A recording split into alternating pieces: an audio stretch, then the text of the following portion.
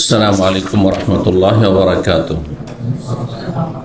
إن الحمد لله نحمده ونستعينه ونستغفره ونعوذ بالله من شرور أنفسنا ومن سيئات أعمالنا. من يهده الله فلا مضل له ومن يضلل فلا هادي له. وأشهد أن لا إله إلا الله وحده لا شريك له. وأشهد أن محمدا عبده ورسوله صلى الله تعالى عليه وعلى آله وصحبه وسلم تسليما كثيرا. أما بعد فقد قال الإمام البخاري رحمه الله تعالى باب من جعل إتق الأمة صداقها.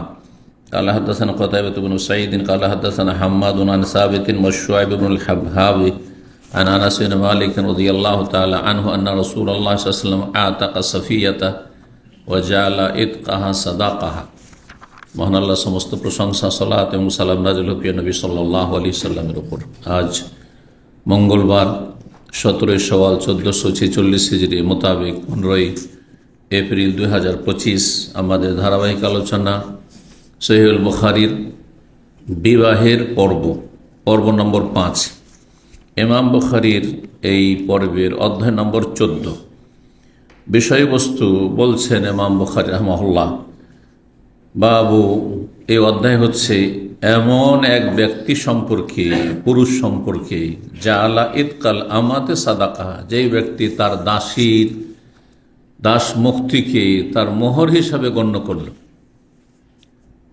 এই মসলার আজকাল প্রয়োজন নেই, কারণ আজকাল দাস প্রথা নেই, আর স্বাধীন মানুষকে দাস বানানো যায় না। আল্লাহ রাস্তায় জিহাদ যখন ছিল, জেহাদে কাফিররা বন্দী হলে আজকালকার মতো এত জেলখানার ব্যবস্থা করা সম্ভবও ছিল না। আর জেলখানা তো নির্যাতন জুলম অত্যাচার যেমন তেমন হয় না, ইল্লা মাশাআল্লাহ ব্যতিক্রম। তো এই জন্য সেই সময় এখন বন্দী তো হবেই, হ্যাঁ, যারা পরাজিত হবে কাফেররা তো বন্দী তো হবে। এখন বন্দীদেরকে কি করা হবে? এদের তো একটা সমাধান লাগবে। মেরে ফেলে দেওয়া তো যাবে না সবাইকে, তাই না? এতগুলো লোক মেরে ফেলে যাবে না বন্দী। সুতরাং তাদেরকে বাঁচিয়ে রাখলে তাদেরকে অন্তত মানুষ হিসাবে খাওয়া দাওয়ার ব্যবস্থা, তার ভরণ পোষণ দিতে হবে। হ্যাঁ, তাহলে এর জন্য কি করতে হয়? এর জন্য হয় সরকারকে এরকম ব্যবস্থা নিতে হবে। তো সরকার এতগুলি লোককে কোথায় সামলাবে? হ্যাঁ, আজকালকার জেলখানা ভেঙে পালিয়ে যাচ্ছে আসামি, তো তখন কি করে রাখা সম্ভব ছিল? সম্ভব। তো যার ফলে তখন একজনকে, যারা যোদ্ধা মুজাহিদিন আল্লাহ রাস্তায় জিহাদ করেছেন, তাদেরকে ইমামুল মুসলিমিন, যিনি দেশের শাসক অথবা তার যিনি অধীনে নেতৃত্ব দিয়েছেন সেই জিহাদের, তার দায়িত্ব ভাগ বন্টন করে দেওয়া। যোদ্ধাদের মাঝে বন্দীদেরকে ভাগ বন্টন করে, যখন বন্দীদেরকে ভাগ বন্টন করে দেওয়া হইল, তখন তারা দাস দাসীতে পরিণত হইল। যাকে দেওয়া হইল তার দাস, যাকে দেওয়া হইল কোনো মহিলা বন্দী, তো সে হচ্ছে দাসী। বোঝা গেছে না? এ হচ্ছে দাস প্রথার ইসলামিক সিস্টেম। আর জালেমদের সিস্টেম হচ্ছে যে কোনো জাতিকে কোনো জায়গায় পেয়ে গেলে ধরে নাও আর উঠিয়ে নিয়ে দেশে চলে যাও, দাস বানিয়ে নাও। যেমন আফ্রিকানদেরকে আমেরিকা একসময় জবরদস্তি করে উঠিয়ে নিয়ে গেছে, আর তারপরে তাদেরকে দাস বানিয়েছে। আমেরিকান যেগুলো নিগ্রো আজকাল কালো, সেগুলো অধিকাংশ এই প্রজন্ম থেকে। আর তাদের রাস্তাতে অনেকেই মারা গেছে, হালাক হয়ে গেছে। যারা কিছু পৌঁছিতে পেরেছে তারা আজ এক যুগে দাস ছিল এই শ্বেতাঙ্গ জালেমদের, সাদাদের। আর তারপরে দাসমুক্ত হয়েছে, তখন দাস প্রথা শেষ হয়েছে, তখন দাসমুক্ত হয়েছে। কিন্তু এইভাবে জুলম অত্যাচারের শিকার হয়েছে তাদের পূর্বপুরুষরা। ইসলামে জায়েজ নয়, লানতের কাজ, কাবিরা গুনাহ। কোনো একটা লোককে কেউ পেলো মাঠে ঘাটে কোথাও, দেশ বিদেশে একা, আর উঠিয়ে নিয়ে চলে আসলো, দাস বানিয়ে নিল। লান আল্লাহু মান আব্বাদা মুহাররারা। কোনো ব্যক্তি যদি কোনো স্বাধীন ব্যক্তিকে ধরে নিয়ে গোলাম বানিয়ে নেয়, দাস বানিয়ে নেয়, তাহলে তার উপর আল্লাহর লানত, অভিশাপ রয়েছে, কাবিরা গুনাহ। কারণ অনেকেই এতটুকু জানে না, তো এতটুকু তো জানতে হবে। হ্যাঁ, এতটুকু না জানার কারণে মনে করে যে বাড়ির হাউস ড্রাইভার অথবা কাজের মেয়ে, হ্যাঁ, হাউসমেট, হ্যাঁ, যে খাদ্দামা আসছে, মানে এইটাই দাস দাসী। না না, হারাম। এরা স্বাধীন, এরা চাকরি করছে আপনার মতো আমার মতো। আপনি একটা কোম্পানিতে চাকরি করছেন বা কোনো ব্যক্তির কাছে চাকরি করছেন মুআসসাসায়, আর সে কোনো বাড়িতে চাকরি করছে, ব্যাস, সেও স্বাধীন, আপনিও স্বাধীন। জি। তো দাসী যখন হয়ে গেল তখন তার মালিকানা থেকে দাস দাসীকে বিক্রি করা যায়, কেনা বেচা করা যায় পণ্যের মতো। এখন এখান থেকে সম্মানিত করার পথ হচ্ছে দাসকে বা দাসীকে কি করা, আজাদ করে দাও, স্বাধীন করে, মুক্ত করে দাও। কারো কাছে দাসী ছিল, শরীয়ত সম্মত দাসী, সে জেহাদের ময়দানে পেয়েছে বা তার বাবা পেয়েছে, তার দাদা পেয়েছে, তার পরম্পরা ওয়ারেস হয়েছে, আর তারপরে তাকে দাসী হিসাবে না রেখে স্বাধীন করে দিল। আর তাকে বললো যে তোমার এহসান করলাম যে তুমি আর দাসী থাকলে না বা দাস থাকলে না, স্বাধীন করে দিলাম, এটা আমার অনুগ্রহ। স্বাধীনভাবে থাকবে, তোমার ব্যক্তি মালিকানা থাকবে আর সব কিছু থাকবে, তোমার আয় উপার্জন তোমার থাকবে। কিন্তু হ্যাঁ, তুমি যখন দাস মুক্ত করলাম তোমাকে দাসত্ব থেকে, তখন তোমাকে আমি বিয়ে করব, সেই মহিলাকে তোমাকে আমি বিয়ে করবো, আর তোমার মোহর হচ্ছে এ দাস মুক্তি। কারণ একটা দাসের অনেক মূল্য আছে, একটা দাস বা দাসীর অনেক মূল্য আছে।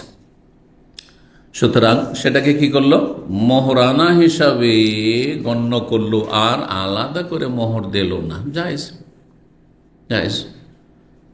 মোহরের জন্য টাকা পয়সার শর্ত নেই, মোহরের জন্য যে কোনো ফায়দা উপকার হতে পারে।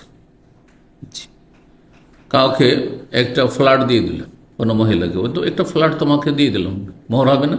একটা টাকাও দিল না, কোনো প্রয়োজন নেই, যা কিছু দিক। কাউকে কোনো কিছু শিখিয়ে দিল, এর আগে বলেছি, তালিম আসছে ওর দলিল, এবং এর আগে আলোচনা করেছি।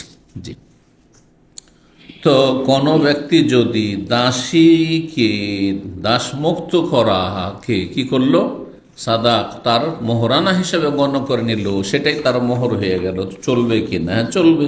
5086 নম্বর হাদিস, আনাস বিন মালিক রাদিয়াল্লাহু তাআলা আনহু বলছেন যে আন্না রাসূলুল্লাহ সাল্লাল্লাহু আলাইহি ওয়াসাল্লাম আতাকা সাফিয়াতা, রাসূলুল্লাহ সাফিয়া বিনতে হুয়াই বিন আখতাব, ইহুদি নেতার কন্যা, যে রাজকন্যা ইহুদিদের খৈবরের যুদ্ধে যখন ইহুদিরা পরাজিত হইল, তখন তাদের পুরুষ নারীরা দাসীতে পরিণত হইল।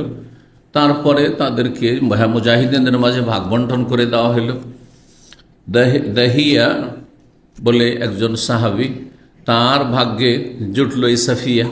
তখন সবাই অভিযোগ করল, ইয়া রাসূলুল্লাহ, এটা হচ্ছে রাজকন্যা। শুধু রাজকন্যা একটা সাধারণ মুসলিম আমাদের মতোই, তার ঘরে তাকে দিবেন দাসী হিসাবে, এটা উচিত হবে না, এটা ঠিক হবে না, এটা আপনার জন্য, এটা আপনি রাখেন, রাজকন্যা আপনার জন্য উপযোগী। জি, তখন রাসূলুল্লাহ সাল্লাল্লাহু আলাইহি ওয়াসাল্লাম তাকে অন্য দাসী দিলেন, যেহেতু অন্যরা তাতে সন্তুষ্ট না। আর তারপরে সাফিয়া রাদিয়াল্লাহু তাআলা আনহাকে প্রথম দাসী হিসাবে রাখলেন। পরে চিন্তা করে একে দাসী না রেখে বিয়েই করেনি, আর তাকে স্বাধীন করে দিলেন। আর স্বাধীন করে দেওয়ার পর যে স্বাধীন করা দাস মুক্তি, এটাই কি হয়ে গেল, মোহর হয়ে গেল। আলাদা করে কোনো মোহর ধার্য করা বা মোহর দেওয়া, নগদও দেননি আর বাকি তো দেননি। এর আগে বলেছি, বাকি মোহর যে দেশে হানাফি সমাজে চলে আসছে, আর আমাদের আহলে হাদিস সমাজে অনেক জায়গায় কুসংস্কার আছে এই ধরেন, যদিও আলহামদুলিল্লাহ অনেকটা মুক্ত হতে লেগেছে। এই দেশের এলেম যাওয়ার পরে সহিহ সুন্নাহর উপর অনেকে আমল করতে লেগেছে। জি, যার ফলে আলহামদুলিল্লাহ যারা আমাদের দেশে দিনদার পরিবার আহলে হাদিস সমাজে, তারা ওই ধার বাকির মোহর করে না। আমাদের বংশে নেই, আমার শ্বশুর বংশে নেই, আমি এরকম বহু বংশ জানি আমার এলাকায় যারা আহলে হাদিস, তাদের মধ্যে বাকি মোহর বলে কিছু নেই এখন পর্যন্ত। মোহর দেশে মোহর দেশের মতো। আমি এক মেয়ের বিয়ে দিলাম 2 বছর আগে, 40,000 টাকা মোহর, 40,000, তারপরে 50,000 দিয়েছে। ওর কথা 50,000 টাকা মোহর দেশের টাকা। এখানকার কত? হ্যাঁ, 2,000 রিয়াল, 2,200 রিয়াল। সেখানকার জন্য সেটি নগদ, ব্যাস ক্যাশ। আজকাল অনেকে মনে করে যে বেশি করে মোহর বাঁধো, তাহলে আমার মেয়েটার এই পরিবারে কি থাকবে, হ্যাঁ, বিবাহটা অটুট থাকবে, আর তার ভবিষ্যৎ ফিউচারটা, ভবিষ্যৎটা কি থাকবে, তার নিশ্চিত থাকবে। না না না, ভবিষ্যতের কোনো নিশ্চয়তা নেই। আপনি কোটি কোটি টাকাও যদি মোহর বাঁধেন, আর তাদের অন্তরের মিল মহব্বত না হয়তো রাখতে পারবেন? একজন আরেকজনকে মেরে দিবে, না হয় নিজে আত্মহত্যা করে নেবে, নিজেই কি করবে, আত্মহত্যা করে নেবে। যদি দেখে যে আমি মোহরও দিতে পারছি না, আর কেসে ফেসেই যাচ্ছে, আর এর সাথে আমি সংসার করব না, কি করছে, আত্মহত্যা করছে। হয় পুরুষ করছে, না হয় নারী করছে, বিভিন্ন হারাম পথ অবলম্বন করে নেবে। বেশি মোহর দিলেই আর মোহর নিলেই আমার মেয়ে সুখী থাকবে, আমার বোন সুখী থাকবে, এটা মূর্খদের ধারণা, কখনো না। সেটা এমনটা কখনো করবেন না, তাতে বরকত হবে না।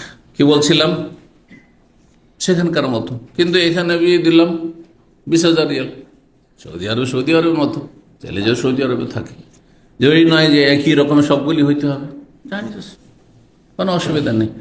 তারপরে এখানে স্বাধীনতা আছে, আমার পোষানোর ব্যাপার আছে, তাদেরও পোষানোর ব্যাপার, তাদের পোষালে আসবে, আর না হলে বলবে যে আমরা পারছি না, এর চাইতে একটু কম করেন, যদি কম করলাম, আর না হলে অন্য জায়গায় খুঁজে নেব।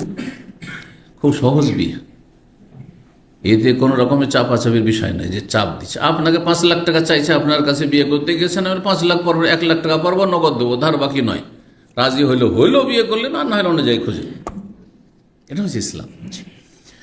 তো রাসূলুল্লাহ সাফিয়া রাদিয়াল্লাহু তাআলা আনহাকে স্বাধীন করে দিলেন। ওয়াজা আলা ঈদ কাহা সাদাকাহা, তার দাস মুক্তিকে, স্বাধীন করাকে তার মোহর হিসাবে গণ্য করলেন। জি। 15 নম্বর অধ্যায় হচ্ছে বাবু তাজউইজুল মুসির। এই অধ্যায় হচ্ছে দরিদ্র ব্যক্তির বিবাহ করিয়ে দেওয়া, বিবাহের ব্যবস্থা করে দেওয়া। অভাবে মানুষ বিয়ে করতে পারে না, যুবক হয়ে আছে হ্যাঁ গ্রামে, এই ছেলে যদি অবিবাহিত থাকে তাহলে গুনাহ হওয়ার আশঙ্কা আছে, কোনখানে গিয়ে ফেঁসে যাবে।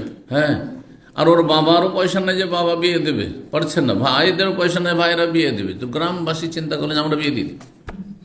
একাই একজন এই দায়িত্ব নিলেন যে আমার গ্রামের যারা অবিবাহিত এই যুবক আছে, 25-30 বছর বয়স হয়ে যাচ্ছে, আর এদের গুনার আশঙ্কা আছে, এদেরকে গুনাহ থেকে বাঁচানোর জন্য, আমি জেনা ব্যভিচার সমকামিতা এইসব নোংরামি থেকে বাঁচানোর জন্য আমি এদের বিয়ে দিই। একাই দিতে পারে কেউ, আবার তাতে সবাই অংশ নিতে পারে, যে গোটা গ্রাম মিলে আমরা 5,000 10,000 করে যে যা করেন দেন, দান সাদকা করেন, অথবা চাঁদা ধরবো, আর তারপরে আমাদের গ্রামের এই সমস্যার সমাধান করবো। জি। তো বলছেন বাবু তাজউইজুল মুসির, এই অধ্যায় হচ্ছে আর্থিক সংকটপূর্ণ ব্যক্তি, মুসির অভাবী ব্যক্তির বিয়ে দিয়ে দেওয়া, আর তারও উচিত বিয়ে করতে হিম্মত করা, সাহস করা, না অভাব আছে, পারবো না, এইসব দায়িত্ব পারবো না, বিয়ে করেন। বিয়ে করলে সচ্ছলতা আসবে। আল্লাহ কোরআনে বলছেন, আয়াত নিয়ে এসেছেন সূরা নূর আয়াত নম্বর 32। আল্লাহ বলছেন ওয়া আনকিহুল আয়ামা মিনকুম ওয়াস সালিহিনা মিন ইবাদিকুম ওয়া ইমাইকুম, তোমরা তোমাদের মধ্যে যারা অবিবাহিতা আয়ামা, দুটোই শামিল, হ্যাঁ, ছেলে মেয়ে, তাদের বিয়ের ব্যবস্থা করো, বিয়ে দিয়ে দাও। অসলেহিনা মিন ইবাদি, এমনকি তোমাদের দাস যারা, যদিও তারা দাস, গোলাম, কিন্তু দাস, পণ্যের মতো কেনা বেচা হচ্ছে, তারপর তাদেরও গুনাহ হয়ে যেতে পারে, তাদের সাথে কোনো মেয়ে ফেসে যেতে পারে। কেন আমাদের সে রিক্সাওয়ালার সাথে, ভ্যানওয়ালার সাথে ফেসে যায় না? হ্যাঁ, ড্রাইভারের সাথে ফেসে যায় না? হ্যাঁ, নিম্ন শ্রেণীর মানুষ যারা, তাদের সাথে একটা ধনীর মেয়ে ফেসে যায় না? ফার্স্ট। জি হ্যাঁ, কলেজে এক মেয়ে যেত, একটা রিক্সা চেপে, এই রিক্সা চেপে যেত, ওই রিক্সাওয়ালার সাথে উধাও হয়ে গেছে, ধনীর মেয়ে। সব ঘটনা ঘটছে, আমার জানাই সব ঘটনা। সুতরাং যারা দাসী বা দাস, তাদেরও বিয়ে দিয়ে দেওয়া আল্লাহ বলছেন, কারণ সমাজকে, পরিবারকে গুনাহমুক্ত করা একটা বড় সওয়াবের কাজ। ওয়াসসালিহিনা মিন ইবাদিকুম ওয়া ইমাইকুম, দাস দাসী যারা তোমাদের ভালো মানুষ, তাদের বিয়ে দিয়ে দাও, কারণ ভালো মানুষেরা বিয়ে দিলে গুনাহ থেকে বাঁচবে, কিন্তু খারাপ মানুষের বিয়ে দিলেও গুনাহ থেকে বাঁচবে না। তো বিয়ে দিয়ে করবেন নাকি লম্পটের? তবে যদি দেখা যায় যে না, শুধু তার বিয়ে হয়নি সেই জন্য গুনাহ হচ্ছে, হ্যাঁ, তার মধ্যে সততা আছে, আল্লাহর ভয় আছে, হ্যাঁ, তাহলে সহযোগিতা করে। কিন্তু যদি একেবারে আগে থেকে রিপোর্ট খারাপ আর লম্পট চরিত্রের, হ্যাঁ, তাহলে না, তাহলে সাহায্য সহযোগিতা করে লাভ নেই। এই জন্য অসলেহীন আল্লাহ বলেছেন। তারপরে আল্লাহ বলছেন যে বিয়ে করতে অনেকে সাহস পায় না। আল্লাহ বলছেন কোনো ফোকারা, এই যারা বিয়ে করছে ছেলেরা, এরা যদি ফকিরও হয়, ফোকারা ফকিরের বহু বছর, দরিদ্র অভাবীও হয়, কিছু নেই, ইউগনিহিমুল্লাহ মিন ফাদলিহি, কাজ নেই, বেকার, হ্যাঁ, বিএ পাস করে বেকার হয়ে বসে আছে, কোনো ফোকারা যদি তারা অভাবীও হয়, ইউগনিহিমুল্লাহ মিন ফাদলিহি, আল্লাহ তার মেহেরবানিতে, তার অনুগ্রহে কি করবেন, তাদেরকে অভাব মুক্ত করে দিবেন, সচ্ছল করে দিবেন। অধিকাংশ মানুষরা, আপনারা, আমি নিজের থেকে শুরু করে বলছি, বিয়ের পরে সচ্ছলতা এসছে, বিয়ের পরে অভাব দূর হয়েছে। বিয়ের আগে একটা পয়সা থাকতো না, বিয়ের পরে একটু একটু করে সংসারও চালিয়েছেন, আবার সেভ করার চেষ্টা করেছেন। 5087 নম্বর হাদিস মনে করছেন সাহল ইবনে সাদ আস-সাঈদী রাদিয়াল্লাহু তাআলা আনহু আনসারী কালা, তিনি বলছেন জাআত ইমরাতুন ইলা রাসূলিল্লাহ সাল্লাল্লাহু আলাইহি ওয়াসাল্লাম, জনৈক মহিলা সাহাবিয়া রাসূলুল্লাহ সাল্লাল্লাহু আলাইহি ওয়াসাল্লাম কাছে একবার আসলো। ফাকালাত, এসে বলে, ইয়া রাসূলুল্লাহ, হে আল্লাহর রাসূল, জিতু আহাবু লাকা নাফসি, আমি এসেছি আপনার কাছে নিজেকে আপনার কাছে কি করার জন্য, আপনার কাছে হেবাদা, আপনার জন্য উৎসর্গ করার জন্য। হ্যাঁ, আপনাকে আমি নিজেকে কি করার জন্য এসেছি, উৎসর্গ করার জন্য, মানে আমি আপনার সামনে নিজেকে পেশ করছি, আপনি আমাকে বিয়ে করে নেন, দান করে দিচ্ছি আমি নিজেকে, জি, বিয়ে করার জন্য এসেছি। ভদ্র ভাষায় কথা বলা ভালো, জি। কালা ফানাজারা ইলাইহা রাসূল, তখন রাসূলুল্লাহ তার দিকে তাকালেন, কারণ বিয়ে করলে কি করতে হবে, যে বিয়ে করবে সে দেখবে, অন্যরা নয়, শুধুমাত্র যে বিয়ে করবে তার জন্য তখনকার মতো বিয়ে করতে ইচ্ছুক হলে দেখা যায়। আসল হচ্ছে হারাম বেগানা মহিলাকে দেখা, সাবালিকাকে, বুঝা গেছে না? এই জন্য অন্যরা যারা বিয়ে করবে না তার মজলিসে দেখা যায় না বসে, যে আমরা তো বসেই আছি একই মজলিসে, যা ও দেখছে, কিন্তু আমরা তো এখান থেকে কোথায় উঠে যাব, না চলে যান, আর না হলে ছেলেটাকে ভিতরে নিয়ে যান। আমরা এইরকমটাই করি, ছেলেকে ভিতরে যে দেখবে, ছেলেকে ভিতরে নিয়ে গেলাম, আর তারপরে তাকে অন্য রুমে দেখাইলাম, মজলিসের লোক বসে আছে, থাক তারা। রাসূলুল্লাহ সাল্লাল্লাহু আলাইহি ওয়াসাল্লাম তার দিকে তাকালেন, ফাসআদা নাযরা ফিহা ওয়া সাওয়াবাহু, তারপর রাসূলুল্লাহ সাল্লাল্লাহু আলাইহি ওয়াসাল্লাম তার আপদ মস্তক কি করলেন, দেখলেন। সাআদান নাযরা ফিহা মানে ওই মেয়েটিকে দেখার জন্য ওপর দিকে তাকালেন, এখান থেকে মিসআদ লিফটকে বলা হয় সাআদা, জি। ওয়া সাওয়াবাহু, এবং নিচে পর্যন্ত তাকালেন, এই জন্য বলেন আপদ মস্তক কি করলেন, নবী সাল্লাল্লাহু আলাইহি ওয়াসাল্লাম তাকে দেখলেন বা তার দিকে তাকালেন।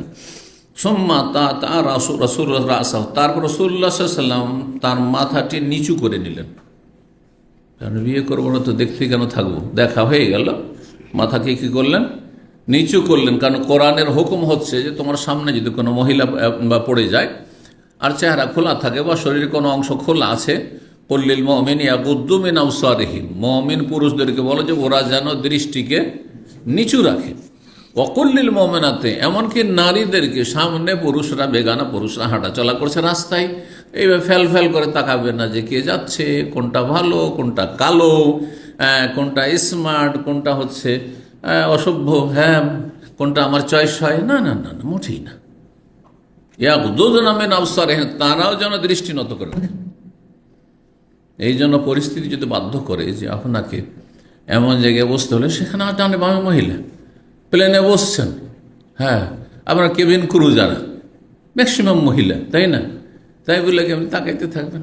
আমি কি করবো, সামনে বারবার ঘুরছে তো, আপনি কি করবেন? ইয়াগুদ্দু মিন আবসারিহিম, নিচের দিকে মাথা করে আপনি মোবাইল দেখেন, আর না হলে কোনো একটা বই দেখেন, একটা করে কোনো কিছু করেন, আর না ঘুমান, আপনি কিছু কাজ নেই, ঘুমান, আপনি নিচে মাথা করে বসে থাকেন, কিন্তু ডানে বামে তাকাবেন, এটা জায়েজ নয় আপনার জন্য। ইয়াগুদ্দু মিন আবসারিহিম। এইরকমই পাশে সিট পড়ে গেল, চেষ্টা করেন যে পুরুষের কাছে চলে যাব, আপনি ওই দিকে খাবেন না, হ্যাঁ কাছাকাছি হয়তো আছে, অনেক সময় হচ্ছে এরকম, রাস্তাঘাটে সবসময় হচ্ছে, করবেনটা কি? আপনার কাজ হচ্ছে নিচে মাথা করে চলা, নিচে মাথা করে চলবেন আপনি। আপনার দায়িত্ব আপনাকে পালন করতে হবে একজন পুরুষ হিসাবে, আর নারীর দায়িত্ব নারী পালন করে, সেও তাকাবে না। আজকাল অনেক মেয়েরা বড় বেহায়া হয়ে গেছে, বড় বেহায়া হয়ে গেছে। আরে পুরুষ লজ্জা মাথা নিচে করে নিচে বলছে, ও তো আর দেখে না, আমি দেখি দেখতে আছে, আশ্চর্য কথা না, মোটেই না। অনেকের প্রশ্ন উঠতে পারে, তাহলে বক্তব্য শোনা ভিডিও থেকে, ওখানে তো মহিলা তাকিয়ে তো শুনছে ভিডিও থেকে, ভিডিও বক্তব্য, ওখানে উদ্দেশ্য কি? ওই বক্তাকে দেখা না বক্তব্য শোনা? বক্তব্য শোনা যদি উদ্দেশ্য হয় তাহলে নেকির কাজ, কারণ তাতে অ্যাটেনশন থাকছে, অডিওতে শুনলে ওইভাবে সেই দিকে আকর্ষণ থাকবে না, সুতরাং অমনোযোগী হয়ে যাবে, কিছু শুনলো কিছু শুনলো না, বোঝা গেছে?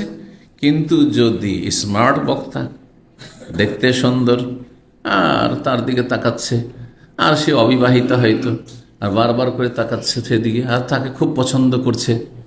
আর একটি ফিতনা আছে, কিন্তু এই ফিতনার কথা কোনোদিন আলোচনা করিনি। শুধু নর নারীকে দেখার ফিতনা না, এটাকে বলে ইশকুসোয়ার। হ্যাঁ, ইশকুসোয়ার মানে কারো ছবির উপর আসক্ত। কিছু লোক আছে ফেসবুকে শুধু নারীর ছবি, যেখানে নারী দেবে একটু ভালো করে দেখবে। হ্যাঁ, দুনিয়ার নারী আসছে, ফেসবুকেও তাকাচ্ছে।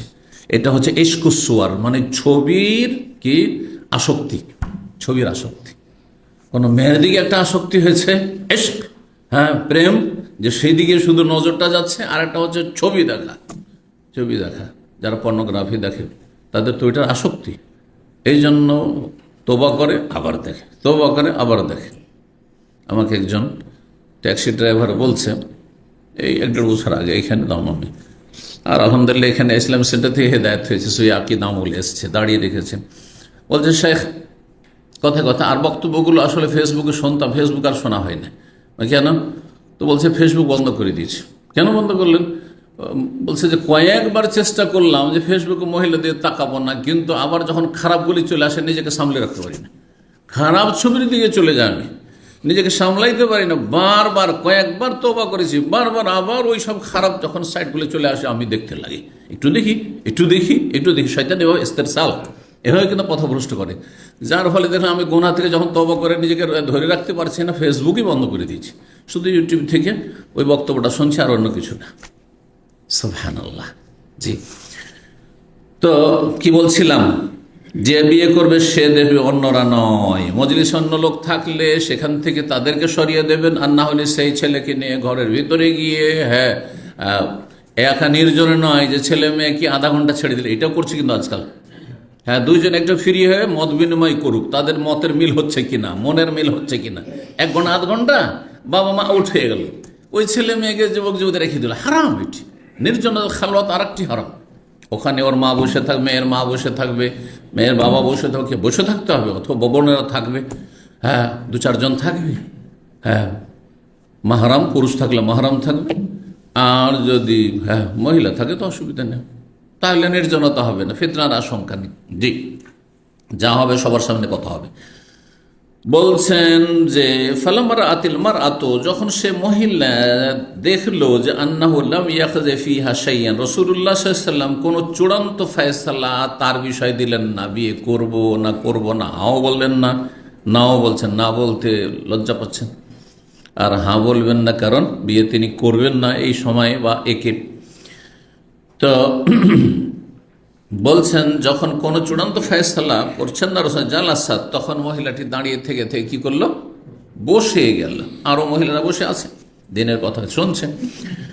ফাকাম রাজুলুন মিন আসহাবিহি, তখন জনৈক পুরুষ ব্যক্তি সাহাবী রাসূলুল্লাহ সাল্লাল্লাহু আলাইহি ওয়াসাল্লামের সাহাবাইদের মধ্য থেকে দাঁড়িয়ে গেল, আর বলে ইয়া রাসূলুল্লাহ, আল্লাহ ইনলাম ইয়াকুন লাকা বিহা হাজাতুন ফাযাওজিনিহা, যদি আপনার প্রয়োজন না থাকে এই মহিলাকে বিয়ে করার, তাহলে আমার সাথে তার বিয়েটা দিয়ে দেন, আমার সাথে বিয়েটা দিয়ে দেন। কত প্রয়োজন তার ছিল। আর তার মানে অন্য ফ্যামিলিতে কেউ তাকে বিয়ে দেয় না, কারণ কিছু নেই, কোথায় গিয়ে বিয়ে দিবে। এই সুযোগ যদি নবীর সামনে মেয়েটি রাজি হয়ে যায়, আজ নবী সাল্লাল্লাহু আলাইহি ওয়াসাল্লাম যেহেতু হ্যাঁ ওলি আম, সবার ওলি, সুতরাং তিনি যদি আমার বিয়েটা দিয়ে দেন তো আমার যৌবনের যে চাহিদা সেটা পূরণ হবে। ফাকালা, তখন রাসূল বলে ওহাল ইনদাকা মিন শাই, তোমার কাছে কিছু আছে মোহর দেওয়ার মতো? আল্লাহ, কিছু নেই। ওয়াল্লাহি ইয়া রাসূলুল্লাহ, আল্লাহর কসম করে বলছি আল্লাহ রাসূল, কিচ্ছু নেই। কালা ইযহাব ইলা আহলিকা, যাও তোমার পরিবারে যাও, তোমার বাপ মা আছে, তোমার ভাই বোনরা আছে, ওদের বাড়িতে যাও, নিজ ঘরে যাও, পরিবারের কাছে। তার এখানে পরিবার মানে স্ত্রী নয়, সবসময় পরিবারের স্ত্রী হয় না, বাবা মা কেউ কি বলা হয়, পরিবারের লোক, ভাই বোনেরা একই সাথে আছেন, একই উঠানে আছেন, একই পরিবার। জি, যখন আলাদা আলাদা হয়ে গেছে তখন আলাদা পরিবার হয়তো হয়ে গেছে, হ্যাঁ পৃথক পৃথক বাড়িতে গেছে। তো বলছেন যে যাও ইযহাব ইলা আহলি ফানজুর হাল তাজিদ, দেখো কি তোমার পরিবারের কাছে কারো কাছে কোনো কিছু পাচ্ছ কি না, কোনো কিছু মোহর দেওয়ার জন্য। তাহলে বোঝা গেল যে সর্বনিম্ন মোহরের কোনো পরিমাণ নির্ধারণ নেই, যে সর্বনিম্ন 10 দিরহাম হইতে হবে যেমন হানাফি মাযহাবে, অথবা আর কিছু হইতে হবে যেমন শাফি মাযহাবে, না সর্বনিম্ন 1 টাকা হইতে হবে। একটা মেয়ে যদি 1 টাকাতে রাজি হয়, ওর বাবা রাজি হয়, অসুবিধা হতে পারে। যদিও এটা মানে উদাহরণস্বরূপ বলছি, আজকাল কেউ এটা করবে না। জি, কিন্তু অল্প হইতে পারে, 100, 500, 1000 হইতে পারে। জি, 500 টাকায় বিয়ে হয়? ভাবতে পারেন আপনারা? 500 টাকা বিয়ে হয় না, হয় না? হয়েছে, এই শুনেছেন আপনারা? হ্যাঁ হ্যাঁ, শুনেছেন না?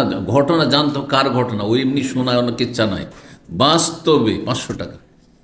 আমাদের জামানায় আমরা যখন বিয়ে করি তখন আমার শ্বশুর পরিবার 300 থেকে 500-তে উঠে আসে।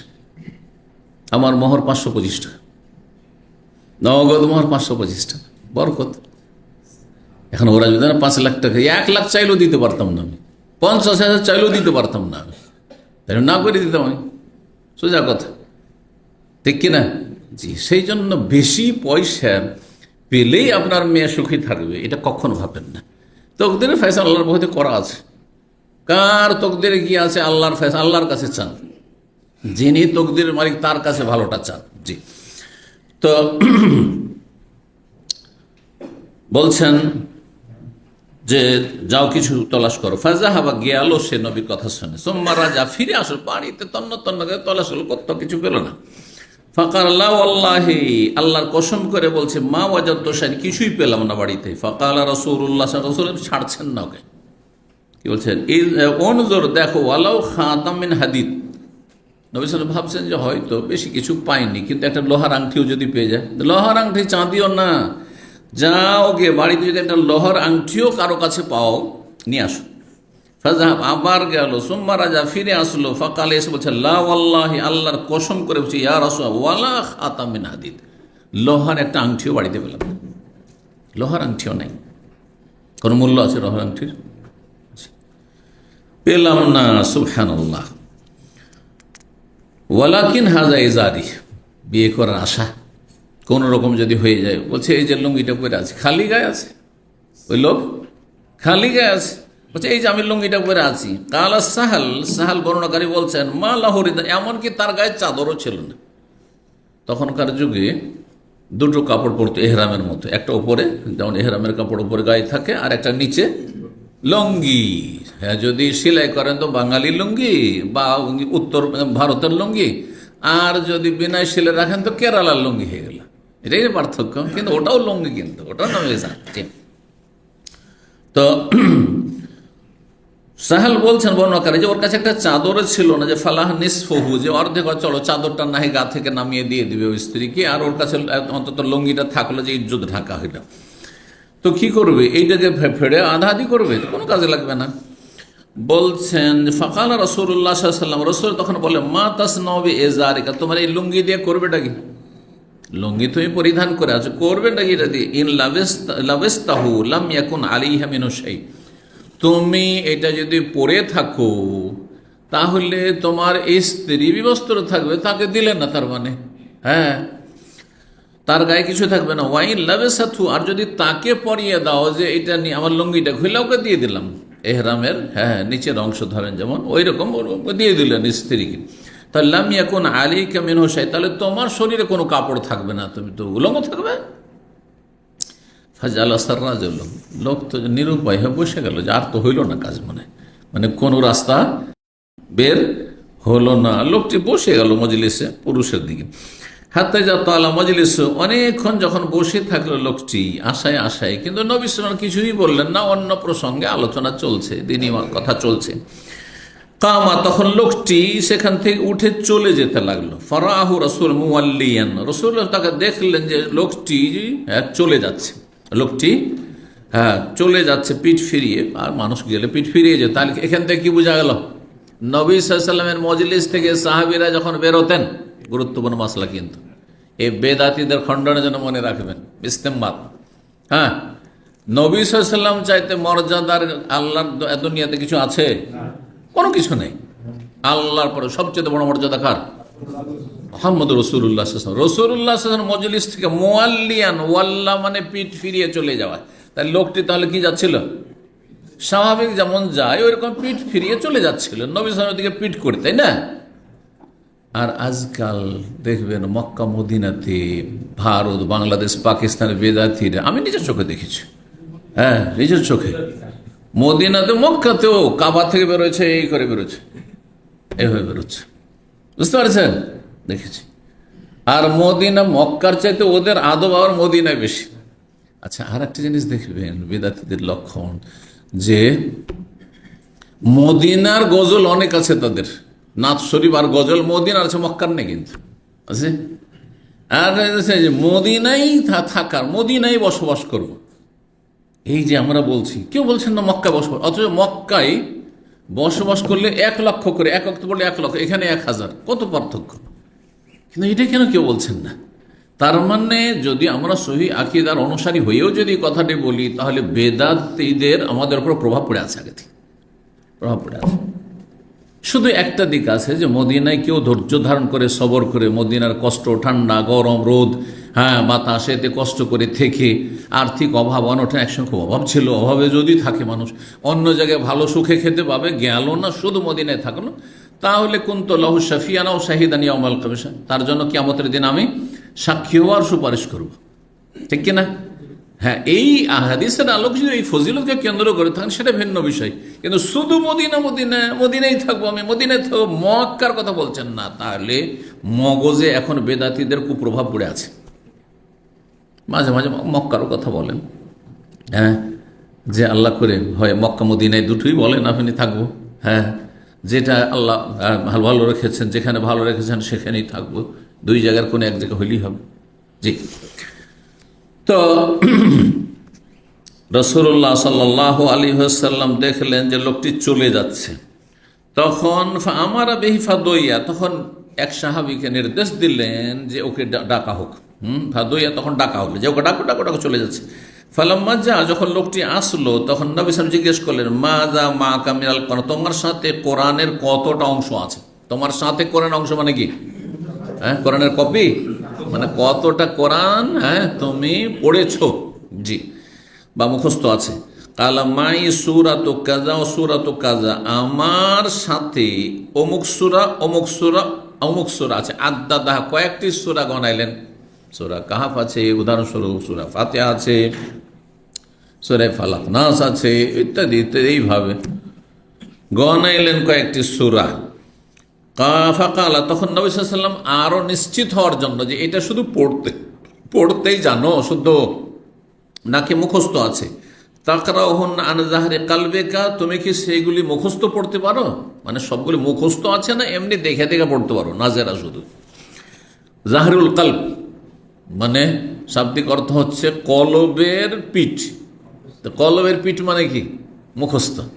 মানুষ মুখস্থ করে, হ্যাঁ, স্মৃতিশক্তি আর কলব, এটা সম্পর্ক আছে দূরত্ব। জি, এগুলো আবার বিশেষজ্ঞদের ইখতিলাফ, হ্যাঁ, যে মানুষের চিন্তা ভাবনা, হিতাহিত জ্ঞান হৃদয়ে কলবে আছে না মস্তিষ্কে আছে।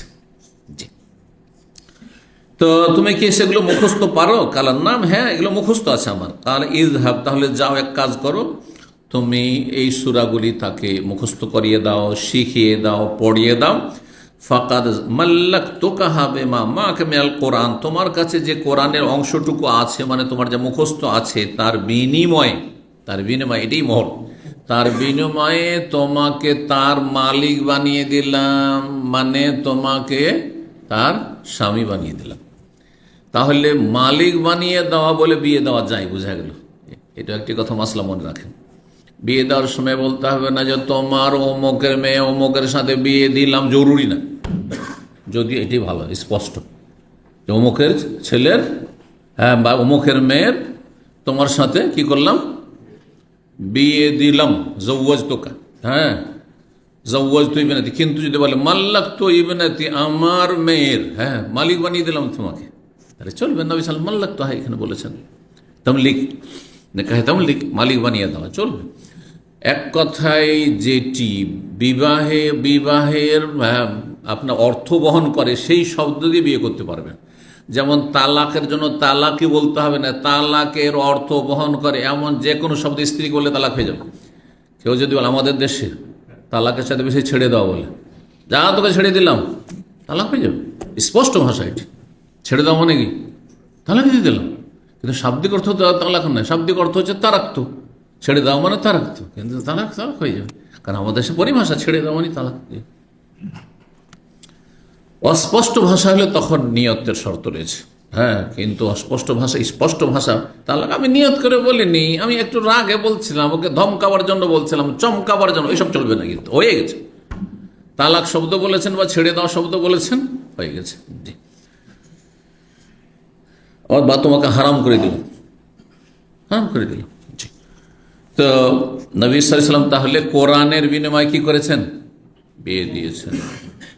হানাফিরা এই হাদিসের উপর আমল করে না। ওরা বলে যে না, টাকাতি হইতে হবে, পয়সার মোহর হইতে হবে, কোরআন দিয়ে বিয়ে জায়েজ নয় হানাফি মাযহাবে। স্পষ্ট হাদিস, কিন্তু প্রত্যেকটি হাদিসের কিতাবে আছে। তাহলে এই হাদিসের অপব্যাখ্যা কি করে? অপব্যাখ্যাটি শোনেন, আমি কি অনুবাদ করলাম? যাও, তোমাকে কোরআন, তোমার কাছে যে কোরআন আছে সে কোরআনের বিনিময়ে কি করলাম? হ্যাঁ, বিয়ে দিলাম। মানে মোহরানার বিনিময়ে বিয়ে দিই। মোহরানা কোরআনটাই হচ্ছে, কোরআন শিখিয়ে দেওয়াটা হচ্ছে মোহরানা। কিন্তু তারা বলছে ইযহাব, যাও, তোমাকে, তোমার বিয়ে দিয়ে দিলাম তার সাথে কোরআনের সম্মানার্থে। হ্যাঁ, কোরআনের বিনিময়ে নাই, হ্যাঁ, কোরআনের মাধ্যমে, কোরআনের ওসিলাতে, মানে কোরআনের সম্মান করার জন্য তুমি যেহেতু কোরআন এই সূরাগুলি মুখস্থ রাখো, বিয়েটা দিয়ে দিলাম। কিন্তু তাহলে মোহর, বলছে মোহর বাকি থাকলো, এইখানে বাকির রাস্তা খুলেছে, মোহরটা বাকি থাকলো। যদি তাই হয় তোকে বলতো যে তোমার মোহর কিন্তু এতটা বাকি থাকলো, আর কোরআনের সম্মানও নাই, কি করলাম?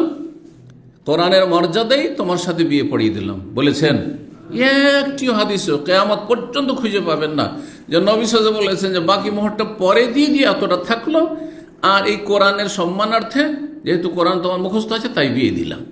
কিভাবে অপব্যাখ্যা করে মাযহাবীরা, এটা বুঝতে পেরেছেন?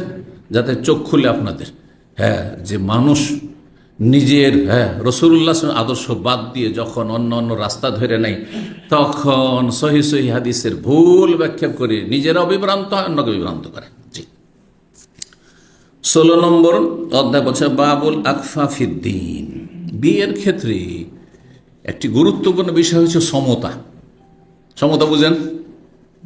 সামঞ্জস্যতা, হ্যাঁ, বা সামঞ্জস্য, হ্যাঁ, সামঞ্জস্য কি?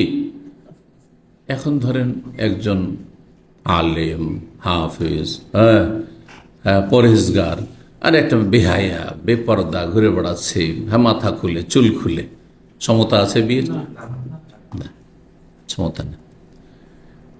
এর চাইতে মারাত্মক, এটাও মারাত্মক, এর চাইতে মারাত্মক হচ্ছে যে একজন নামাজি আর একজন বেনামাজি একেবারে। হয়তো বেহায়া বেপরদা নামাজি হলেও তুলনামূলক ভালো, কারণ নামাজ ছাড়লে কুফরি হয়, কিন্তু মানে বেহায়া বেপরদা চললেও কুফরি হয় না, ফাঁসে কি হয়, বোঝা গেছে না? আচ্ছা, একজন হচ্ছে সহি আকীদা সুন্নাহর অনুসারী, আহলুল হাদিস সালাফি, আর আরেকজন বেরেলভী মাজার পূজারী। কোনো সমতা আছে? ও বলছে নবী আলেমুল গায়ব হাজির নাজির, হ্যাঁ, বোঝা গেছে? হ্যাঁ, নবী সব কিছুর মালিক, জান্নাতের মালিক, জাহান্নামের মালিক, সব কিছুর মালিক, যাকে ইচ্ছা জান্নাত, যাকে ইচ্ছা জাহান্নাম। এটা হচ্ছে বেরেলভী আকীদা। হ্যাঁ, নবী নূরের পয়দা, আর এ বলছে এগুলি হচ্ছে শিরক, আর বিয়ে দিচ্ছেন আপনি শুধু পয়সা দেখে সহি আকীদার। হ্যাঁ, ধরেন একটা মেয়েকে পয়সা আছে ওই বেরেলভীর ঘরে অথবা শিয়ার ঘরে, সেজন্য বিয়ে দিয়ে দিচ্ছেন, ওটাই যায়জ না, হারাম, খেয়ানত এটি। তো একটি সমতা হচ্ছে ধর্মীয় সমতা, হ্যাঁ, দ্বীনি সমতা, দ্বীনি সামঞ্জস্য, এটা অবশ্যই থাকতে হবে। আল খাবিসাতু লিল খাবিসিন, খারাপ মেয়েদেরকে খারাপ মানুষরা বিয়ে করবে, ভালো মানুষ ভালো মেয়েকে বিয়ে করবে। একটা নামাজি মেয়ে কখনো বিয়েতে রাজি হবে না একটা বেনামাজিকে। অত্তয়্যিবাতুল লিত-তয়্যিবিন, পাক পবিত্র যে হবে সে পাক পবিত্র পুরুষকে গ্রহণ করবে, স্বামী গ্রহণ করবে। আর আরেকটি হচ্ছে দুনিয়ার দিক থেকে সমতা। এই দুনিয়ার দিক থেকে সমতার শরীয়তে কোনো গুরুত্ব আছে কি না? না, শরীয়তে দলিলের আলোকে কোনো গুরুত্ব নেই। অর্থাৎ একজন সৈয়দ বংশের, হ্যাঁ, নবী সাল্লাল্লাহু আলাইহি ওয়াসাল্লামের বংশের, বা আলীর বংশের, বা আবু বকর বংশের, ওমরের বংশের, কুরাইশ বংশের, আর একজন ওই দেশের অন্য জাতি, বিয়ে জায়েজ না জায়েজ নয়? না কুরাইশি হইতে হবে? হ্যাঁ, একজন বাঙালি আর একজন হচ্ছে উর্দু ভাষী বা ইংলিশ, হ্যাঁ, বলছেন না না না না না, ও সমতা হচ্ছে না। এই সমতার কোনো মূল্য আছে? শরীয়তের দৃষ্টিতে কোনো মূল্য নেই। কিন্তু আপনি লক্ষ্য রাখতে পারেন ওর বেশ কিছু ফায়দা রয়েছে পার্থিব দিক থেকে অ্যাডজাস্টমেন্টের ক্ষেত্রে। কিন্তু এই শরীয়তে হালাল হারাম এর উপর নির্ভরশীল না যে বিয়ে দেওয়া জায়েজ হয়নি।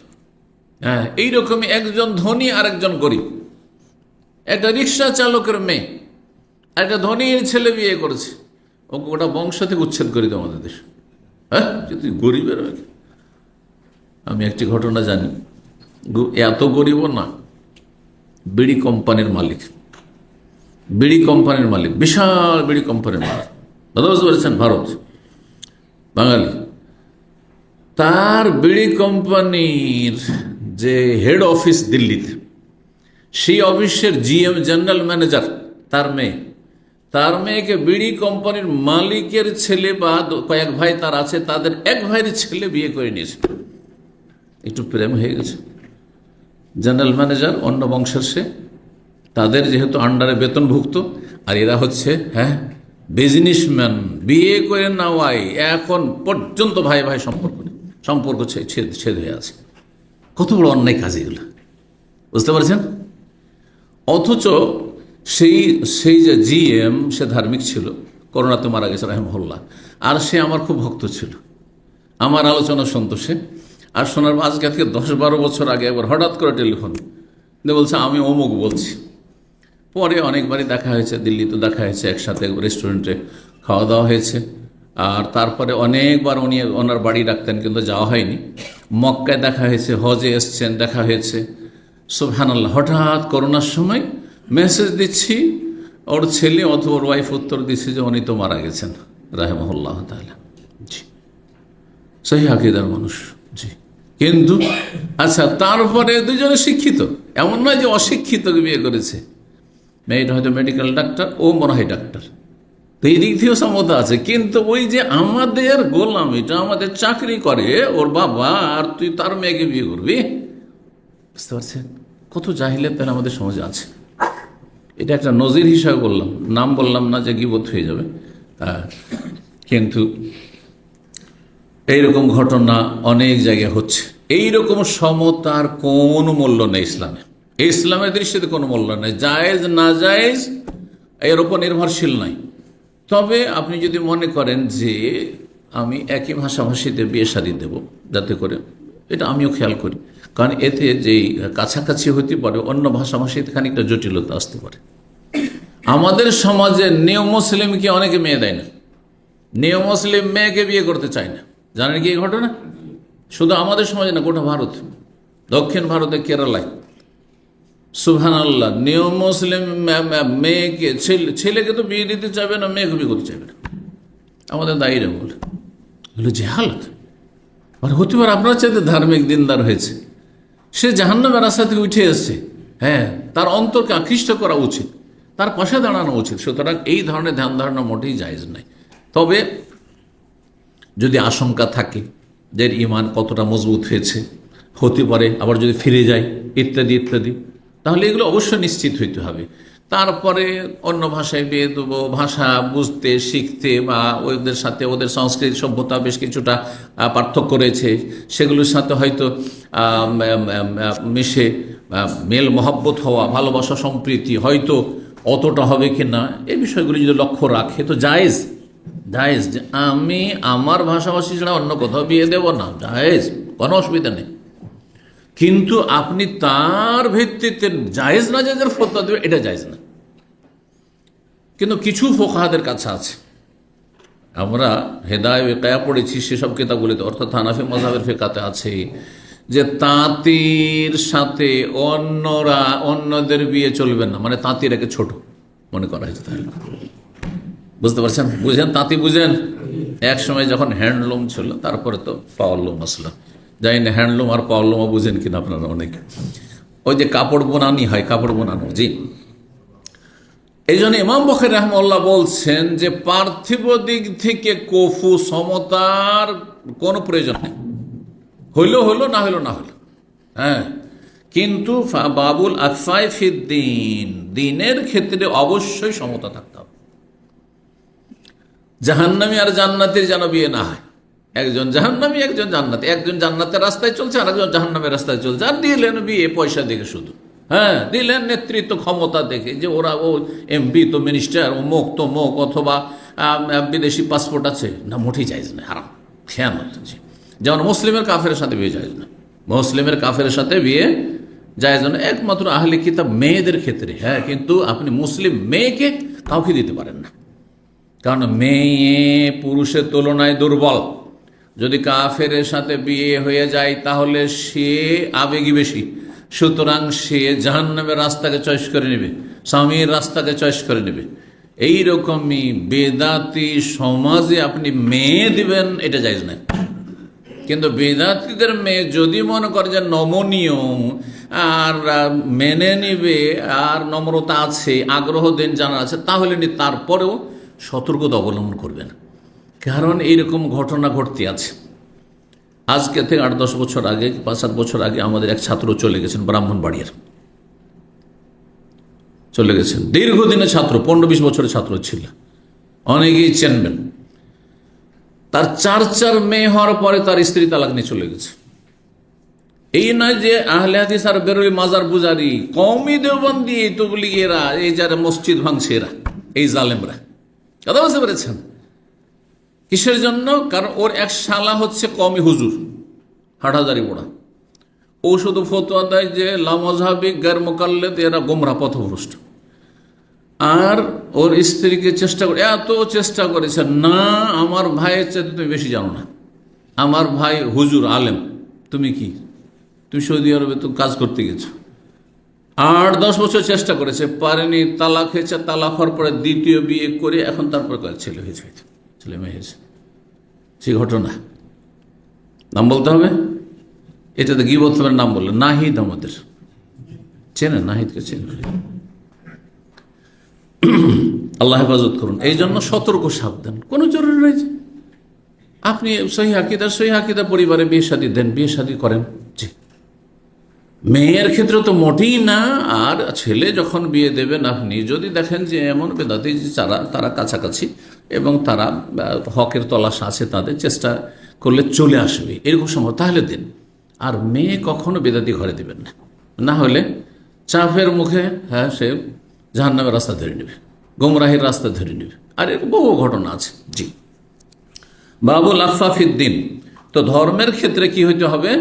কফু মানে সমতা হইতে হবে। জি, আল্লাহ রাব্বুল ইরশাদ করেছেন সূরা ফুরকান আয়াত নম্বর 54-তে, ওয়া হুয়াল্লাযী খালাক মিনাল মা'i বাশারা। আল্লাহ সেই সত্তার নাম, সেই জাতের নাম, যিনি মানুষকে পানি থেকে সৃষ্টি করেছেন। বরং সমস্ত সৃষ্টি পানি থেকে। আরেকটা আয়াত রয়েছে, ওয়া জাআলনা মিনাল মা'i কুল্লা শাইইন হাই। প্রতিটি জীবকে আল্লাহ রাব্বুল পানি থেকে সৃষ্টি করেছেন। পানির উপাদান ছাড়া পৃথিবীতে কোনো কিছু হয় না, এমনকি শস্য ক্ষেত হয় না, কোনো ফসল জন্মাবে না। পানি ছাড়া হবে? গম, চাল, শুধু মাটি দিয়ে হবে? মাটিতে রস না থাকলে? পানি ছাড়া, সুবহানাল্লাহ, পানি তাহলে কত বড় নিয়ামত, চিন্তা করুন আপনি। পানি দিয়ে, আর এখানে বিশেষভাবে বলা হচ্ছে, তাহলে ওইটি হচ্ছে আম কথা, সাধারণ কথা। সমস্ত সৃষ্টিকে আল্লাহ সৃষ্টি করেছেন কি থেকে? পানি থেকে, মানে পানির উপাদান থেকে।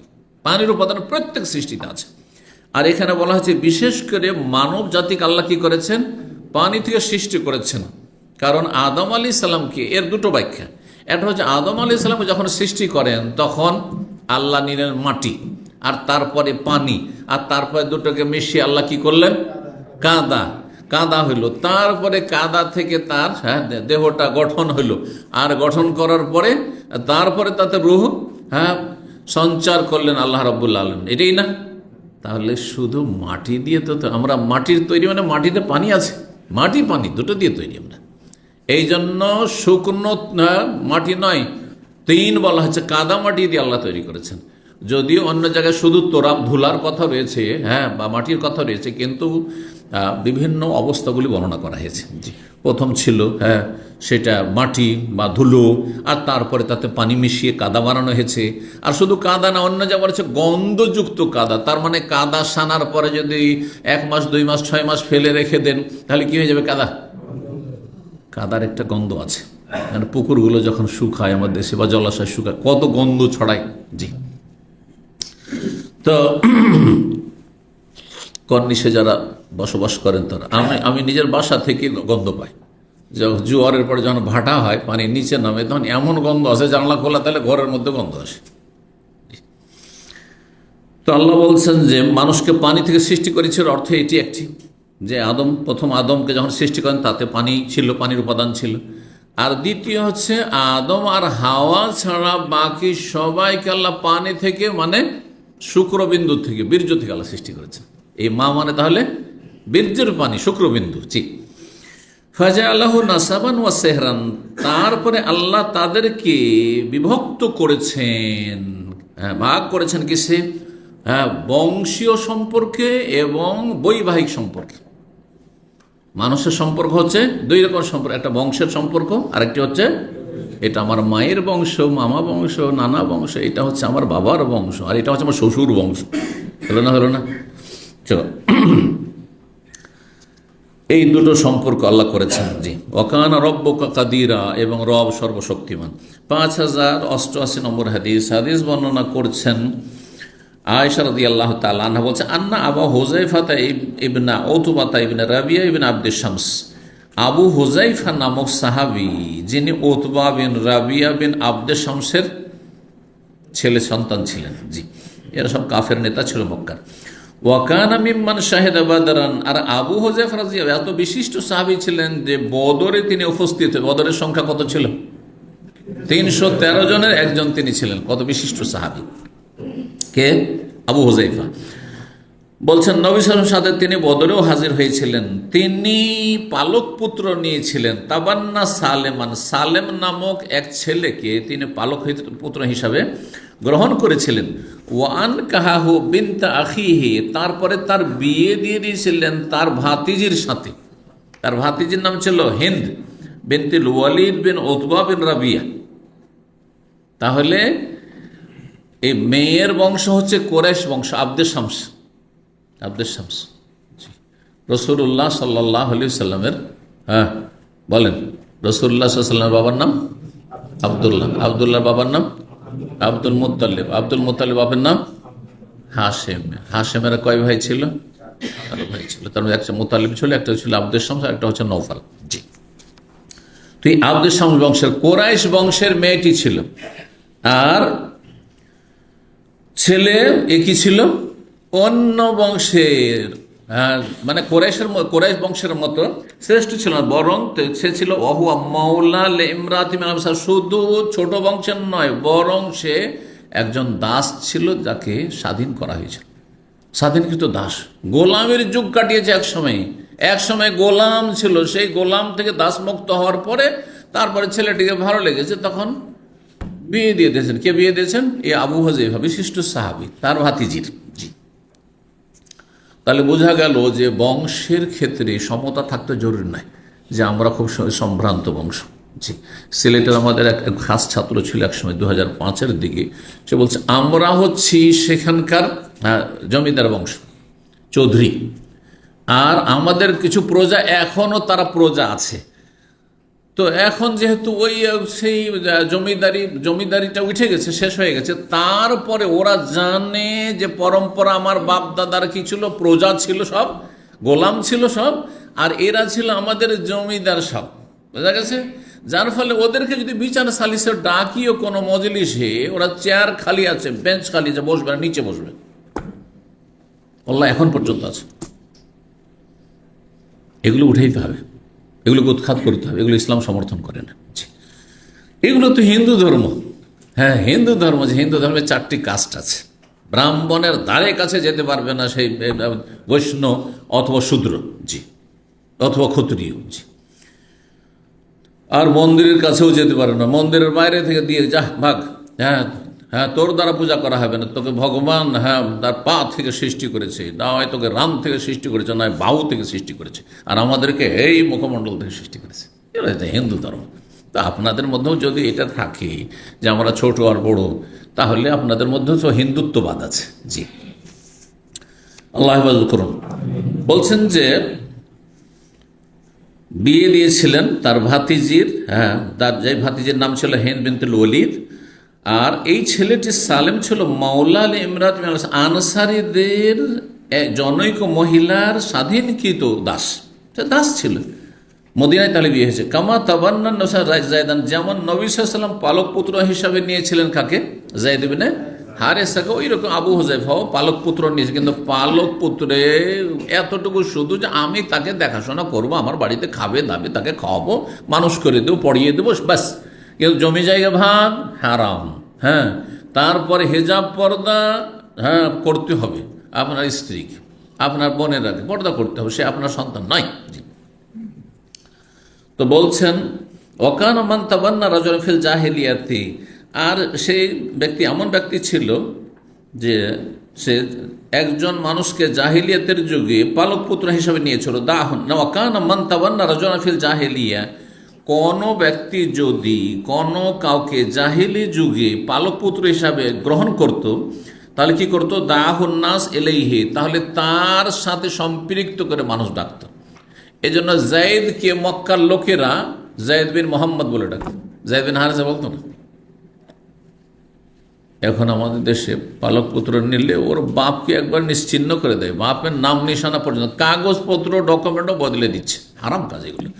আর তারপরে যদি এগুলো না বদলে, গ্রামের সবাই অমুকের সন্তান, অমুকের ছেলে বলে জানছে, জায়েজ না, অবশ্যই পরিচয় ওই ছেলেকে বলে দিতে হবে এবং গ্রামবাসীকে যে এটা আমার সন্তান, এটা পালক পুত্র। এটা আমি রেখেছি আমার গরজে, হয়তো আমার ছেলে মেয়ে নাই, অথবা আমার মেয়ে আছে কিন্তু ছেলে নাই, সেই জন্য আমার সংসারের কাজের জন্য রেখেছি, বা আমি উপকার করার জন্য রেখেছি। জি। তো বলছেন যে জাহিলি যুগে এমনটা হতো যে কোনো মানুষ যদি কাউকে নিত, তাহলে তার সাথে সম্পৃক্ত করা হতো, ডাকা, তার নামে ডাকা হতো, অমুকের ছেলে অমুক। ওয়ারিসা মিন মিরাসি, আর ওই ব্যক্তি মারা গেলে, যে পালক পুত্র নিয়েছিল সে মারা গেলে তার ধন সম্পদে সে ভাগ পেত, উত্তরাধিকারী হতো। হাত্তা আনজাল আল্লাহ, কিন্তু আল্লাহ সূরা আহজাব আয়াত নাজিল করে দিলেন, তারপরে এগুলোকে সব ক্যান্সেল করলেন, বাতিল ঘোষণা করলেন, যে ভাগ দেওয়াও চলবে না মেরাজ থেকে, আর কি চলবে না। ধরেন যেই ব্যক্তি পালক পুত্র নিয়েছে, এই পালক পুত্র তার ছেলে মেয়ে কিছুই নেই, ধন সম্পদ কে পাবে? হ্যাঁ, তার বাবা থাকলে বাবা পাবে, মারা যাবে তখন, বাবা না থাকলে ভাইরা থাকলে ভাইরা পাবে, ভাইরা না থাকলে ভাতিজা থাকলে ভাতিজা পাবে, ভাতিজা ভাতিজি পাবে, হ্যাঁ, আর না হলে অন্যরা পাবে, চাচাতো ভাইরা পাবে, কিন্তু এ পাবে না। একে কি করা যেতে পারে? ওসিয়তের রাস্তা খোলা আছে, আর ওসিয়ত সর্বর্ধে কতটা করা যেতে পারে? 3/1 কম হইতে হবে, 3/1 কম। 3 বিঘা জমি আছে, 1 বিঘাকে ওসিয়ত করে দিতে পারে, বা তার কম 15 কাঠা। জি, এইভাবে। তো বলছেন আল্লাহ নাযিল করলেন কি ওহুম লি আবাহিম, এই পালক পুত্রদেরকে তোমরা ডাকো সমাজে তাদের বাবার সাথে সম্পৃক্ত করে। হ্যাঁ, হুয়া আকসাতু ইনদাল্লাহ, আল্লাহর কাছে এটি নাই পরায়ণতা। জি। ফাইনলাম তাআলামু আবাহুম, তাদের বাবার নাম যদি না জানা থাকে, ফাইখওয়ানুকুম ফিদ্দিন, তাহলে তারা হচ্ছে তোমাদের দিনী ভাই, ধর্মীয় ভাই। ও ভাই এই বলে বল, হ্যাঁ আমার ভাই এটি, আমার সন্তান বলিও না। ওমালিকুম, তোমাদের দাস, ফারুদ্দু ইলা আবাহিম, তারপরে সবগুলিকে সম্পৃক্ত করে ফিরিয়ে দেওয়া হলো তাদের বাবার সাথে সম্পৃক্ত করে। এখন থেকে তখন এই আয়াত নাযিল হওয়ার পরে যারা ওই পালক পুত্রকে নিজের সাথে সম্পৃক্ত করতো, সব নিজের বাবার নামে ডাকা শুরু করলো। সেই দিন থেকে সাহাবায়ে কেরামগণ আর যায়েদ বিন মোহাম্মদ বলেননি, কি বলেছেন? যায়েদ বিন হারেসা। জি। বলছেন ফামাল্লাম ইউলাম লাহু, কারো যদি বাবার নাম না জানা থাকতো, অজানা, ও ছেলেও জানেন না, এরাও যে নিয়েছে সেও জানে না। অনেক সময় পাওয়া যাচ্ছে রেল লাইনের পাশে কেউ ফেলে দিয়ে চলে গেছে, কোথাও ফেলে দিয়ে চলে গেছে। জি। কানা মাওলান ওয়া আখান ফিদ্দিন, তাহলে সে হচ্ছে মাওলা, হ্যাঁ মানে তারপর অনুগ্রহ করেছে, আর ওই হচ্ছে অভিভাবক মাওলা, আর আখান ফিদ্দিন আর দিনী ভাই। ফাজাত সাহল বিনত সুহাইল বিন আমরিল কুরাইশি সুম্মাল আমিরি, এই সুহাইল বিন আমর কুরাইশি আমেরির কন্যা সাহলা, এ ছিল ওই এর স্ত্রী আপনার আবু হুযায়ফার স্ত্রী ছিল। আবু হুযায়ফার স্ত্রী যখন এই সালেম একটু বড় হইতে লাগলো, এখন তো পর্দার ব্যাপার, পর্দার বিধান নাজিল হয়েছে। এই ছেলেকে আমরা পালক পুত্র হিসেবে এতদিন নিয়েছিলাম, না হয় নাবালক ছিল, এখন আমার সামনে কি করে আসবে? তখন এই মাসলার জন্য রাসূলুল্লাহ সাল্লাল্লাহু আলাইহি ওয়াসাল্লামের কাছে আসলেন, এর সমাধান কি করব? ফাকালাত, এসে বলি, ইয়া রাসূলুল্লাহ, আল্লাহর রাসূল, ইন্না কুন্না নারা সালেমান ওয়ালাদান, আমরা তো সালেমকে নিজের সন্তানই মনে করতাম, আর কোরআনে বলা হয়েছে সে সন্তান নয়, আর সালেম এখন সাবালক হতে চলেছে। ওয়াকাদ আনজালাল্লাহু ফীহি মা কাদ আলিম, আর আপনি তো জানছেন যে যেই বিধানটি আল্লাহ নাজেল করেছেন যে একে আর ছেলে বলা যাবে না, আর এর আমি মাহারাম, এ আমার মাহারাম নাই, নন মাহারাম, গায়ের মাহারাম সে। তাহলে কি করব? নবী সাল্লাল্লাহু আলাইহি সাল্লাম তাকে দুধ পান করিয়ে দিতে বলেছেন। এখানে ফাজাকার আল হাদিস, হাদিসকে সংক্ষেপ করে দেওয়া হয়েছে। এটি আর একটি মাসলা, দুধ পান করে, দুধ দহন করে পান করাইতে পারে। জি, আচ্ছা, 2 বছরের পরে যখন বাচ্চা শিশু যখন খাবার দাবার খেতে লাগবে তখন তো দুধ পান করালে দুধ মা সাব্যস্ত হয় না। এই জন্য বলা হয়েছে এই ঘটনাটি একটি ব্যতিক্রম ঘটনা, শুধু এই ব্যক্তির সাথে এর সমস্যার সমাধানের জন্য ওহী নাযিলের জামানায় রাসূলুল্লাহ খাস করেছিলেন, অন্যের জন্য নয়, অন্যের জন্য নয়। কারণ হাদিস হচ্ছে আর রাযাআতু মিনাল মাজা, দুধ পান করাইতে হবে কখন? হ্যাঁ, মিনাল মাজা, যেই সময় দুধ ক্ষুধা দূর করে, আর সেটা 2 বছরের ভিতরে। তাহলে 2.5 বছর 3 বছরের ছেলে মেয়ে যদি দুধ পান করে তো হ্যাঁ, দুধ সন্তান হবে না আপনার। জি, 5089 নম্বর হাদিস, হাদিস মায়েশা রাদিয়াল্লাহু তাআলা আনহা বর্ণনা করেছেন। তিনি বলেন, দাখালা রাসূল আলা যুবাআতা বিনতি যুবাইর, রাসূলুল্লাহ সাল্লাল্লাহু আলাইহি ওয়াসাল্লাম যুবা বিনতে যুবাইর, এই যুবাইর বিন আব্দুল মুত্তালিব রাসূলুল্লাহ সাল্লাল্লাহু আলাইহি ফুফু, এক চাচা ছিল এই যুবাইর, চাচা তো বোন। তাহলে এই যুবাইরের মেয়ে যুবার বাড়িতে ঢুকলেন, প্রবেশ করলেন। ফাকাল আল্লাহ, তাকে গিয়ে বলেন, লাআল্লাকি আরাদতিল হাজ্জা, মনে হচ্ছে যে তুমি হজে যাবে এবার, বিদায় হজের বছর ছিল, হজ্জাতুল ওয়াদা, মনে হয় তুমি হজে যাবে। কালাত, সে বলে, ওয়াল্লাহি, আল্লাহর কসম করেছে, লা আজিদুনি ইল্লা ওয়াজিয়া, আমি তো আমাকে অসুস্থ ছাড়া আর কিছু পাচ্ছি না, মানে আমি কন্টিনিউ অসুস্থ থাকছি, এই অসুস্থ অবস্থায় হজ করার হিম্মত হয় না। ফাকাল আল্লাহা, তখন তাকে বললেন রাসূলুল্লাহ সাল্লাল্লাহু আলাইহি ওয়াসাল্লাম, হুজ্জি ওয়াশতারি, তুমি হজের নিয়ত করো, হজে বেরিয়ে যাও এবং শর্ত লাগিয়ে নাও, এই বলে। তাহলে হজের শর্ত লাগানো যেতে পারে কি? আল্লাহ মাহিল্লি হাইসু হাওয়াস্তানি, হে আল্লাহ, আমার হালাল হওয়ার স্থান হচ্ছে যেখানে তুমি বাধাগ্রস্ত করবে, যেখানে আমাকে থামিয়ে দেবে সেখানে কি করব? আমি হালাল হয়ে যাব। এই শর্ত কারা লাগাবেন? যাদের আশঙ্কা আছে, এমনি এমনি নয়। আজকাল অনেকেই এটা শর্ত লাগিয়ে নি, হ্যাঁ তাহলে সুবিধা হবে যে কোনো জায়গায় যদি খুলে দিলাম এহরাম, না না না না, যার আশঙ্কা আছে। ধরেন আজকাল খুব কড়াকড়ি হয়ে গেছে, ধরেন বিনা পারমিশন হজ, এক সময় বিনা পারমিশন হজে ঢুকা যেত, আজকে থেকে 8-10 বছর আগে, ঠিক কিনা? আর এখন জানেন আইন, বিনা পারমিশনে গেলে হ্যাঁ ফাইন তো যা আছে, জেল টেল আছে, তারপরে জীবনেও আর কাজের ভিসাতে সৌদি আরব আসতে পারবেন না, জীবনে সারা জীবন আসতে পারবেন। এক সময় 10 বছর ছিল, তার আগে 5 বছর ছিল, তার আগে ছিল এমনি যা করিয়ে পাঠিয়ে দিত। তো সেই সময় ধরেন একজন বিনা পারমিশনে হজে যাচ্ছে, কি জানি যেতে পারবো কি পারবো না, তাহলে বলতে পারে হ্যাঁ, অথবা শরীরটা অসুস্থ, বাচ্চাটা অসুস্থ, এদেরকে নিয়ে বেরোচ্ছি, আল্লাহ মাহিল্লি হাই সোহাবাস্তানি, যদি কোনো জায়গায় দেখা যায় বাচ্চা আমার বেশি অসুস্থ হয়ে যায়, তাহলে হাসপাতালে ভর্তি করে দিতে হইতে পারে, সুতরাং আমি ওখান থেকে ফিরে রিয়াজ থেকে ফিরে চলে আসবো বা তাইফ থেকে ফিরে চলে আসবো, লাগাইতে পারে শর্ত, কোনো অসুবিধা। শর্ত লাগালে ফায়দাটা কি? এহরাম খুলে দিলে আর আপনাকে কি দিতে হবে না? দম দিতে হবে না। আর শর্ত না লাগালে এহরাম পরেছেন, আপনার ওমরা কমপ্লিট, হজ কমপ্লিট করা ফরজ হয়ে গেছে। ওয়াতিমুল হজ ওয়াল উমরাতা লিল্লাহ। হ্যাঁ, আর যদি আপনি এহরাম খুলে দেন অজ্ঞত বসে, তাহলে আপনাকে দম দিতে হবে। জি, এই ছিল শর্তের কথা। ওয়াকানাত তাহতাল মিকদাদ ইবনুল আসওয়াদ, এ ছিল মিকদাদ ইবনুল আসওয়াদের আন্ডারে, মানে অধীনে, মানে তার স্ত্রী ছিলেন। এই মিকদাদ বিন আসওয়াদ কিন্দি বংশের, বানু কিন্দা বংশের সাধারণ একটা নিম্ন বংশের একজন ব্যক্তি, সাহাবী। আর ইনি ছিলেন যুবা বিনতে যুবাইর, রাসূলুল্লাহ সাল্লাল্লাহু আলাইহি ওয়াসাল্লামের আপন চাচাতো বোন। তাহলে বোঝা গেল কুরাইশি কত শ্রেষ্ঠ, তাদের বিয়ে অকুরাইশির সাথে হয়েছে। সুতরাং দুনিয়ার ক্ষেত্রে সমতা তেমন কোনো মূল্য রাখে না, কিন্তু যদি আপনি মনে করেন যে এটা হইলে ভালো, তো অসুবিধা নেই।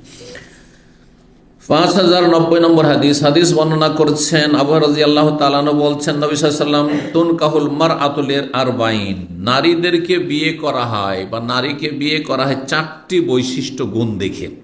এটা বলবেন যে 4টি গুণ দেখে বিয়ে করো, যারা এই অনুবাদ করে তারা মূর্খ। যেসব বক্তাগুলো কম বক্তা আমাদের দেশে, হ্যাঁ, বলে যে নবীজি বলেছেন, কি বলেছেন? 4টি গুণ দেখে বিয়ে করো। তা গুণ দেখে বিয়ে করো, ইনকাহু বলেছেন। তুনকাহ মানে বিয়ে করা হয় সাধারণত, সমাজের লোক এমনটা করে বলা হয়েছে। শাব্দিক অর্থ দেখেন স্পষ্ট। তুনকাহুল মারআতুলি আরবাঈন, নারীকে বিয়ে করা হয় 4টি বৈশিষ্ট্য দেখে সাধারণত। এটা হচ্ছে মানুষের স্বভাব। এক কি? মালেহা, ধন সম্পদ দেখে যে কেমন অবস্থা তার বাবার। বলে হাসাবেহা, আর তার বংশীয় মর্যাদা দেখে, কোন বংশের, সম্ভ্রান্ত বংশের, আলেম বংশের, নেতা বংশের, অমুক প্রভাবশালী বংশের। ও জামালেহা, সৌন্দর্য দেখে। বলে দিনেহা, আর দিন দেখে। একজন দিনদার মানুষ দিনও দেখে, আজকাল যদিও অধিকাংশই দেখে না, কিন্তু দিনদার মানুষের এটাও দেখে। আর তার সাথে যদি অন্যগুলো হইলো, সুন্দরী হইলো, আর বংশটাও ভালো, আর ধন সম্পদও আছে, তো ভালোই হইলো। হ্যাঁ, সবাই অনেকেই দেখে, আর যদিও সবাই নয় সেটা। কিন্তু আপনি কি দেখবেন? সমতা শুধু দিনে দেখবেন। এই হাদিসটা দলিল, ফাজফার বেজাতির দিন, তুমি সফল হয়ে যাও দিনদার রমণীকে বিয়ে করে।